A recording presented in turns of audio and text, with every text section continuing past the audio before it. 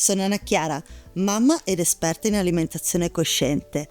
In questa rubrica voglio darti qualche consiglio per vincere ogni incertezza e tornare a vedere il piatto con gli occhi di un bambino, perché a mangiar bene si comincia da piccoli.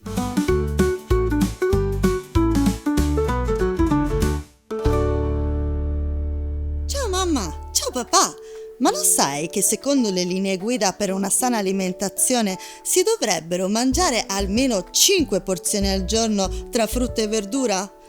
Ammetto di aver fatto un po' fatica con mio figlio, per diversi motivi. Il principale è che non vedevo il piatto con gli occhi di un bambino. Quando infatti ho cominciato a preparargli i pasti in modo simpatico, le cose sono cambiate radicalmente.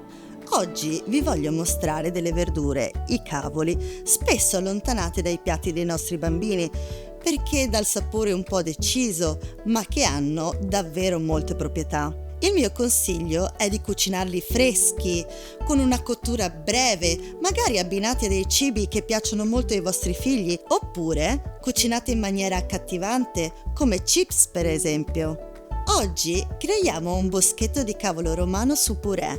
Laviamo e tagliamo a cimetta il cavolo romano, lo poniamo in padella con un goccio d'acqua e sale, lo cuciniamo per 5-7 minuti a fiamma viva, fintanto che l'acqua si assorbirà.